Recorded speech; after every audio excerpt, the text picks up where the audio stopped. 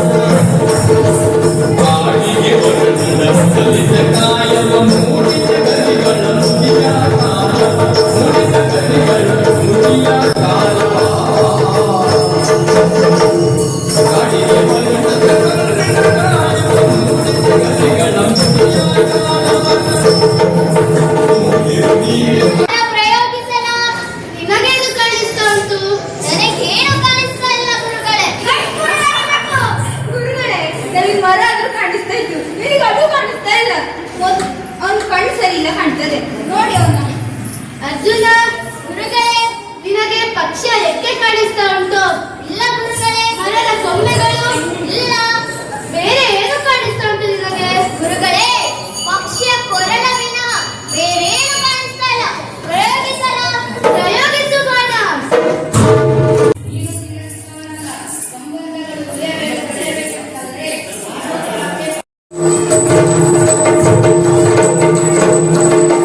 ಹಿಂದಲೇ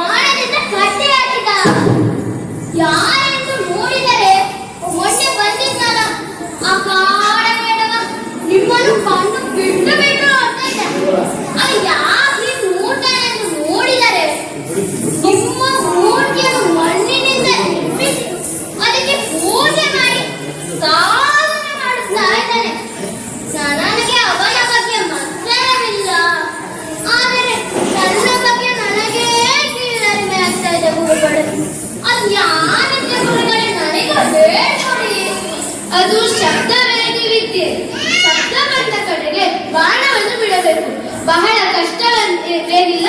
ನೀನು ಹೋಗು, ನಾನು ಅವನನ್ನು ವಿಚಾರಿಸುತ್ತೇನೆ.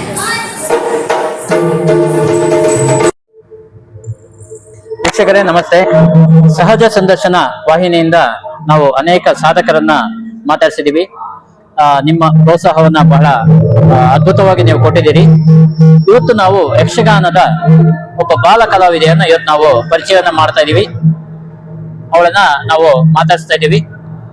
ಹಲವಾರು ಯಕ್ಷಗಾನ ಕಲಾವಿದರು, ಮೇರು ಯಕ್ಷಗಾನ ಕಲಾವಿದರು ಕೂಡ ಮಾತಾಡ್ಸಿದೀವಿ. ಅದೇ ರೀತಿ ಶಿವಮೊಗ್ಗದ ಬಾಲ ಕಲಾವಿದೆ ಸಾನ್ವಿ ಅವರನ್ನ ನಾವು ಇವತ್ತು ಮಾತಾಡಿಸ್ತಾ ಇದೀವಿ. ಶಿವಮೊಗ್ಗದ ಸೋಮಿನಕೊಪ್ಪದ ಪಂಚಮುಖಿ ಆಂಜನೇಯ ಹಾಗೂ ಬನಶಂಕರ ದೇವಸ್ಥಾನದಲ್ಲಿ ಇವತ್ತು ನಡೀತಾ ಇರುವಂತಹ ಯಕ್ಷಗಾನ ದ್ರುಪದ ಗರ್ವಭಂಗ ಹಾಗೂ ಗುರುದಕ್ಷಿಣೆ ಯಕ್ಷಗಾನ ಪ್ರಸಂಗದಲ್ಲಿ ಈಕೆ ಅರ್ಜುನನ ಪಾತ್ರವನ್ನ ಮಾಡ್ತಾ ಇದ್ದಾಳೆ. ಈಗಾಗಲೇ ಅವಳು ರೆಡಿ ಆಗಿದ್ದಾಳೆ. ಅದಕ್ಕಿಂತ ಮುಂಚೆ ಒಂದು 15 ನಿಮಿಷ ಅವಳನ್ನ ನಾವು ಸಹಜ ಸಂದರ್ಶನ ಚಾನೆಲ್ಗಾಗಿ ಮಾತಾಡಿಸ್ತಾ ಇದ್ದೀವಿ. ಮಗು ನಮಸ್ತೆ. ನಮಸ್ತೆ. ಯಕ್ಷಗಾನದಲ್ಲಿ ಪಾತ್ರ ಮಾಡ್ತಾ ಇದೀಯಾ? ಎಷ್ಟನೇ ಕ್ಲಾಸ್ ನೀನು?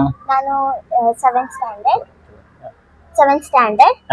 ಮತ್ತೆ ನಾನು ಪೋದಾರ್ ಇಂಟರ್ನ್ಯಾಷನಲ್ ಸ್ಕೂಲ್ ಶಿವಮೊಗ್ಗದಲ್ಲಿ ಓದ್ತಾ ಇದೀಯಾ? ಈಗ 6ನೇ ಕ್ಲಾಸ್, 7ನೇ ಕ್ಲಾಸ್ ಓದ್ತಾ ಇದೀಯಾ? ಓಕೆ. ಈಗ ಯಕ್ಷಗಾನದಲ್ಲಿ ಎಷ್ಟು ವರ್ಷದಿಂದ ನೀನು ಅದನ್ನ ಕಲಿಯೋಕೆ ಶುರು ಮಾಡಿದ್ದಿ, ಅಭ್ಯಾಸ ಮಾಡಕ್ಕೆ ಶುರು ಮಾಡಿದ್ದಿ? 2 ವರ್ಷ ಆಯ್ತು. 2 ವರ್ಷ ಆಯ್ತು. ಯಾರು ನಿನ್ನನ್ನ ಯಕ್ಷಗಾನಕ್ಕೆ ಸೇರಿಸಿದ್ದು, ಅಥವಾ ನಿಂಗೆ ಯಾಕೆ ಅದು ಸೇರ್ಸ್ಬೇಕು ಅನಿಸ್ತು ಯಕ್ಷಗಾನಕ್ಕೆ? ಯಕ್ಷಗಾನ ನನಗೆ ಇಷ್ಟ, ಯಾಕಂದ್ರೆ ನಾನು ಸೌತ್ ಕೇಂದ್ರದಿಂದ ಬಂದಿರೋದ್ರಿಂದ ಯಕ್ಷಗಾನ ಅಂದ್ರೆ ತುಂಬಾ ಇಷ್ಟ. ಎಲ್ಲಿ ಸೌತ್ ಕೇಂದ್ರ ಅಂದ್ರೆ? ಸೌತ್ ಕೇಂದ್ರದಲ್ಲಿ ಧರ್ಮಸ್ಥಳ ಹತ್ರ ಇದು ಧರ್ಮಸ್ಥಳ ಹತ್ರ ಶಿರ್ಲಾಲು. ಅಲ್ಲಿ ನನ್ನ ಅಮ್ಮನ ಮನೆ. ಅಲ್ಲಿ ಯಕ್ಷಗಾನ ತುಂಬಾ ಜನ ನೋಡ್ತಾರೆ, ತುಂಬಾ ಕಲಾವಿದರಿದ್ದಾರೆ. ಮತ್ತೆ ಅಲ್ಲೆಲ್ಲ ಪ್ರೋಗ್ರಾಮ್ ಜಾಸ್ತಿ ಆಗ್ತಿತ್ತು. ತೆಂಕುತಿತ್ತು ನಾನು ಕಲಿತಿದ್ದೆ, ಆನ್ಲೈನ್ ಅಲ್ಲಿ ಕಲಿತಿದ್ದೆ. ಅದ್ರಲ್ಲಿ 1 ವರ್ಷ ಆಯ್ತು. ಆಮೇಲೆ ಆನ್ಲೈನ್ ಅಲ್ಲಿ ಸರಿಯಾಗ್ಲಿಲ್ಲ ಅಂತ ಬಡಗುಗೆ ಬಂದೆ. ಬಡಗು ಅಲ್ಲಿ ಈಗ 2 ವರ್ಷ ಆಯ್ತು. 2 ವರ್ಷ ಆಯ್ತು. ಎಲ್ಲಿ ಯಾರ ಹತ್ರ ಕಲಿತಾ ಇದೀಯ, ನೀನು ಅಭ್ಯಾಸ ಮಾಡ್ತಾ ಇದೀಯಾ? ನಾನು ನನ್ ಗುರುಗಳು ಪರಮೇಶ್ವರ್ ಹೆಗ್ಡೆ ಅಂತ. ಪರಮೇಶ್ವರ ಹೆಗ್ಡೆ ಐನಬೈಲು ಅಲ್ವಾ? ಅವ್ರು ಇದು ಯಕ್ಷ ಸಂವರ್ಧನಾ ಕಲಿತಿರೋದು.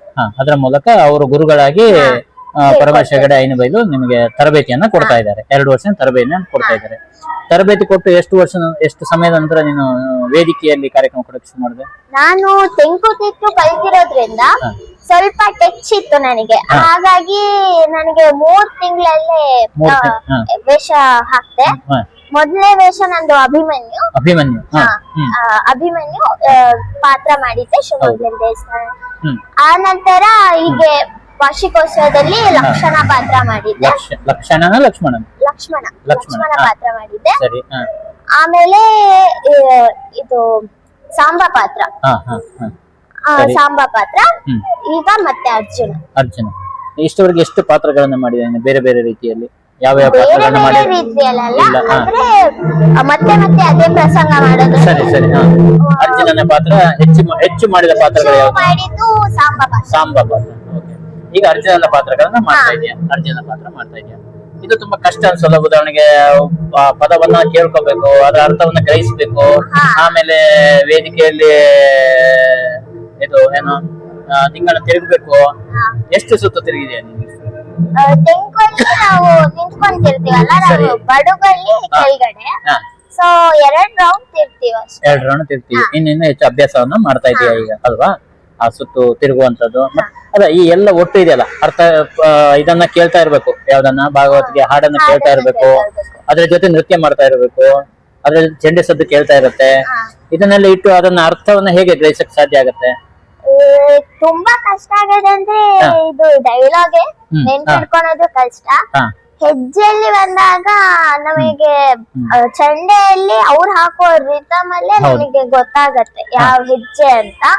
ಬಿಟ್ರೆ ಭಾಗವತರು ಪದ್ಯಕ್ಕೆ ಅನುಗುಣವಾಗಿ ಆಕ್ಷನ್ ಮಾಡಿದ್ರೆ ಸಾಕು. ಮತ್ತೆ ಡೈಲಾಗ್ ಅರ್ಥವನ್ನ ಕಷ್ಟ, ಅದನ್ನ ಅಭ್ಯಾಸ ಮಾಡ್ಕೋಬೇಕು. ಈಗ ಅರ್ಜುನನ ಪಾತ್ರ ನೀನು ಮಾಡ್ತಾ ಇದೀಯಾ? ಎಷ್ಟು ಪ್ರವೇಶಗಳಿರ್ತವೆ ಅರ್ಜುನ ಪಾತ್ರ ಈಗ ನಿನಗೆ ಈಗಿನ ಪ್ರಸಂಗದಲ್ಲಿ? ಅರ್ಜುನ ನನಗೆ 3 ಪ್ರವೇಶ ಇರುತ್ತೆ. 3 ಪ್ರವೇಶದಲ್ಲಿ ಎಷ್ಟು ಹಾಡುಗಳು? ಮೊದಲನೇ ಪ್ರವೇಶದಲ್ಲಿ 2 ಹಾಡು, ಮತ್ತೆ 2ನೇ ಪ್ರವೇಶದಲ್ಲಿ ಒಂದಿದೆ. ಒಂದು ಮತ್ತೆ 3ನೇ ಪ್ರವೇಶದಲ್ಲೂ ಒಂದಿದೆ. ಒಂದಿದೆ.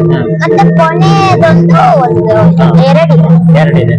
ಒಟ್ಟು ಸುಮಾರು 6ರಿಂದ 7 ಹಾಡುಗಳಿಗೆ ನೀನು ಅರ್ಥವನ್ನ ಪ್ರಸ್ತುತಪಡಿಸಬೇಕು ಅಲ್ವಾ? ಈ ಯಕ್ಷಗಾನ ಹೇಗೆ ಮುಂದುವರಿಸೋ ಯೋಚನೆ ಇದೆ ಹೇಗೆ? ನಂದು ಆದಷ್ಟು ಮುಂದುವರಿಸಬೇಕು ಅಂತ.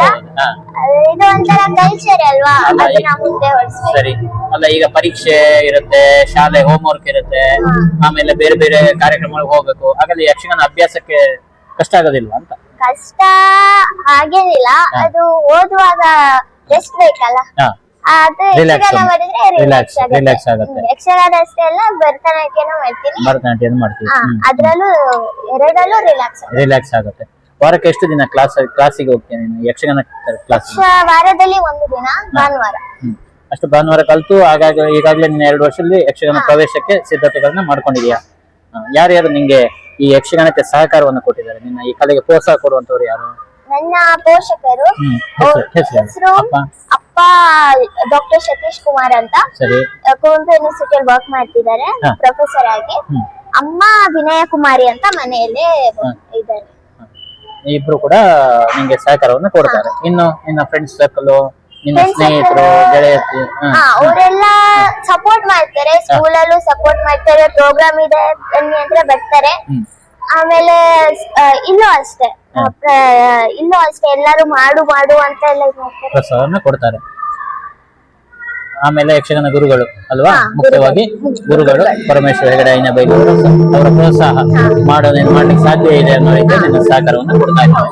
ಇವರಿಗೆ ಎಷ್ಟು ಪ್ರದರ್ಶನವನ್ನು ಕೊಟ್ಟಿರ್ಬೋದು ಈ ಯಕ್ಷಗಾನ? ಇಲ್ಲಿವರೆಗೂ 8 ಪ್ರದರ್ಶನ, ಇದು 9ನೇ ಪ್ರದರ್ಶನ. ಇನ್ನು ಪ್ರದರ್ಶನವನ್ನು ಕೊಡ್ಲಿಕ್ಕೆ ನೀನು ಸಿದ್ಧಳಿದಿ.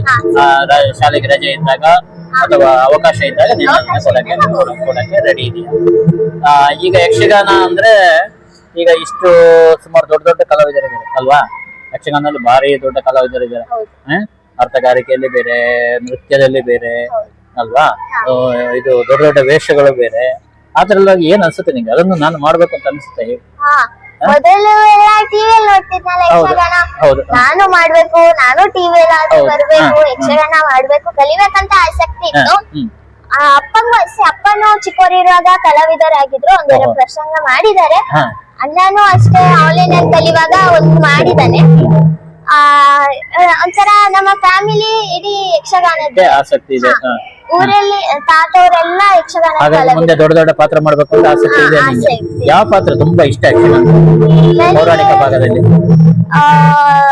ಅಭಿಮನ್ಯು ಇಷ್ಟ, ಹಾಗೆ ಸ್ತ್ರೀ ವೇಷದಲ್ಲಿ ದೇವಿ ಪಾತ್ರ. ಆದ್ರೆ ಸ್ತ್ರೀ ವೇಷ ಮಾಡಿಲ್ಲ ನೀನು? ಮಾಡಿಲ್ಲ.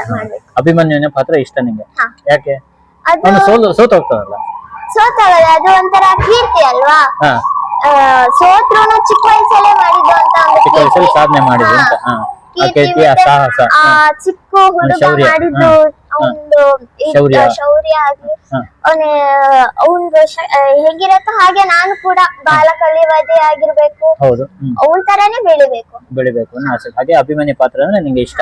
ಕೊಡ್ತಾರ? ಕೇಳಿದ ಪಾತ್ರ ಕೊಡ್ತಾರ? ಇಲ್ಲಿವರೆಗೂ ಕೇಳಿಲ್ಲ ನಾನು. ಅವರೇ ನಿನ್ನನ್ನು ಆಯ್ಕೆ ಮಾಡಿದ್ದಾರೆ.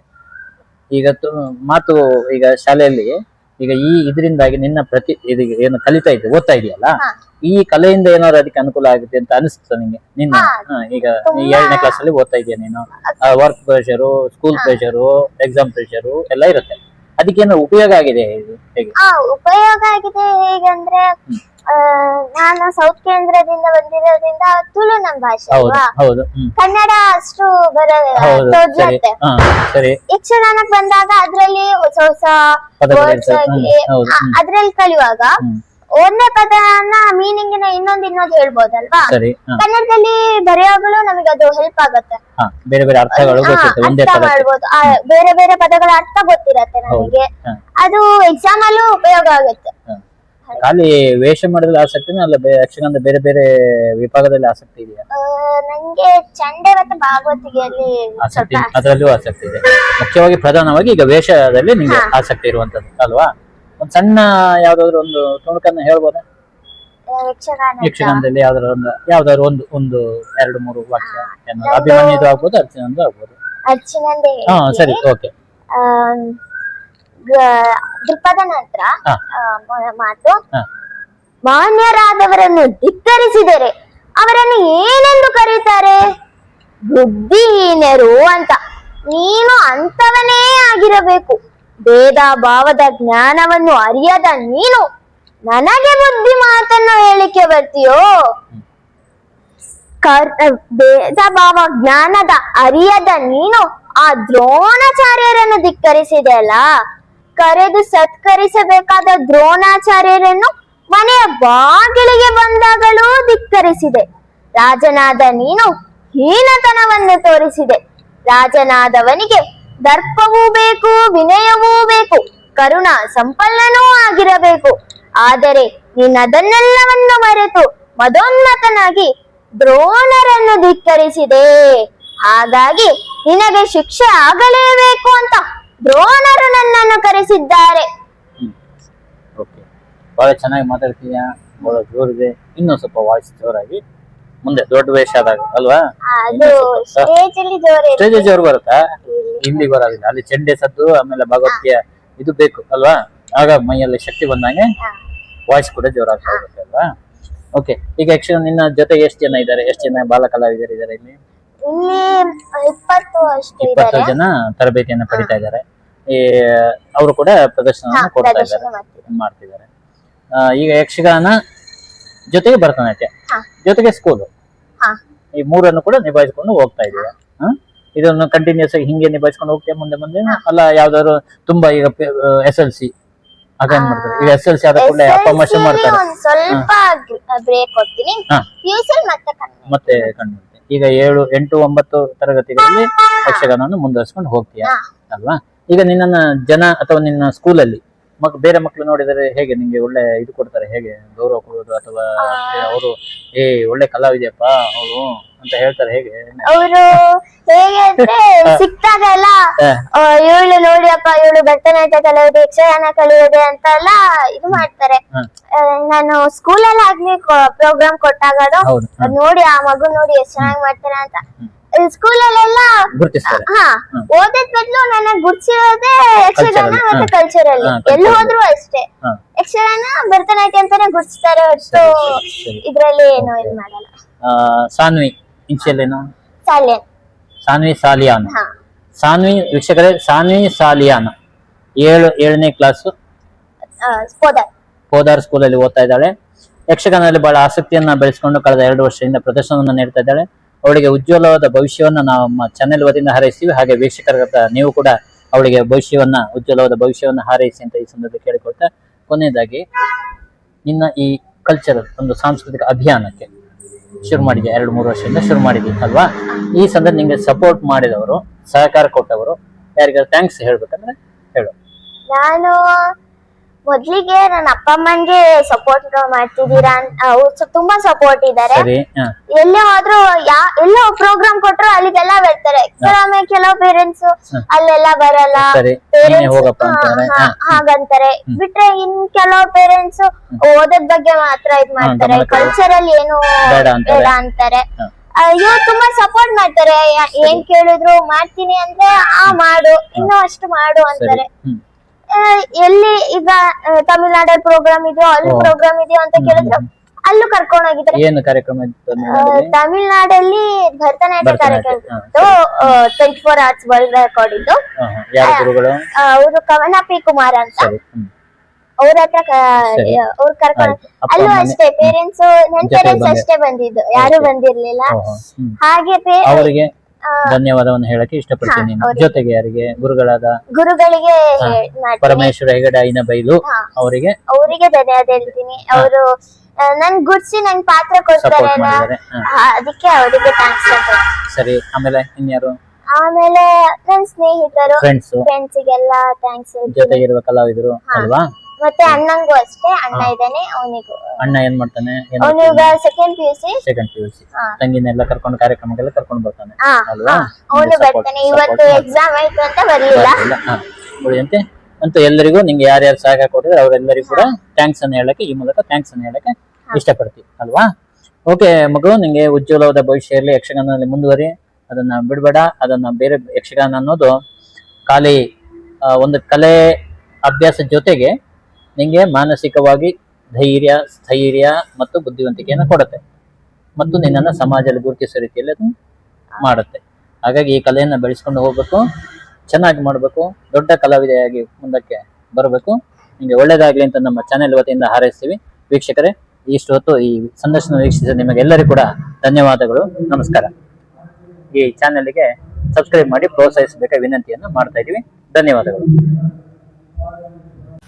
ಸಹಜ ಸಂದರ್ಶನಗಳಿಗಾಗಿ ಇರುವಂತಹ ವಿಶೇಷ ವಾಹಿನಿ.